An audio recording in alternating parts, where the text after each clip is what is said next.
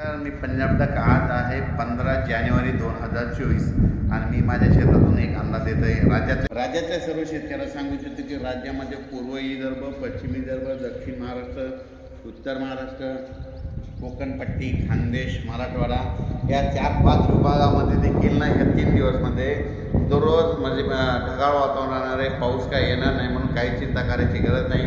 आणि परत राज्यातल्या शेतकऱ्याला सांगू इच्छितो की राज्यामध्ये ज्यांचे तूर काढणं चालू असेल तुम्ही तूर काढा, काही हरकत नाही, कारण की खूप मोठा काही पाऊस येणार नाही, त्याच्यामुळे काही चिंता करायची गरज नाही.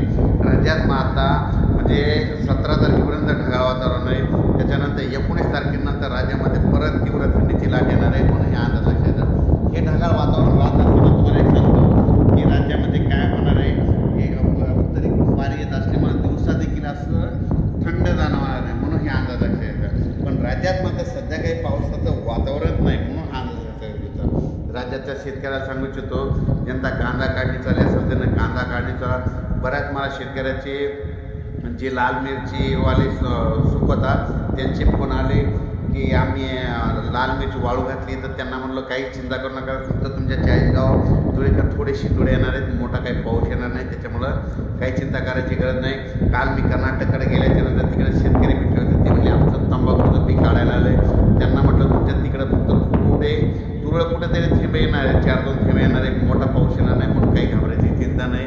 त्याच्यानंतर मकावाले शेतकरी, त्याच्यानंतर कापसावाले शेतकऱ्याचे फोन आले. त्यांना म्हटलं काही मोठा पाऊस येणार नाही, त्याच्यामुळे काही चिंता करायची गरज नाही. फक्त ढगाळ वातावरण राहणार आहे, दिवसा देखील वातावरणात धुळी राहणार आहे. आणि वातावरणात धुळी असेल की कोणतं पीक असो, हरभरा असो, कोणत्या पिकाचं नुकसान होतं म्हणून हे अंदाज लक्षात येतात. म्हणून राज्यातल्या शेतकऱ्याला सांगू इच्छितो की तुम्ही काय करा, एक चांगलं बुरशीनाशक, चांगलं कीटकनाशकाची चांगली फवारणी करा, कारण की कोणत्याही म्हणजे पिकाचं धुळीमुळे नुकसान होतं. आणि त्याच्यानंतर ज्या ज्या ठिकाणी पाणी दिलं तिथं दव देखील पडणार आहे म्हणून हे देखील लक्षात येतं.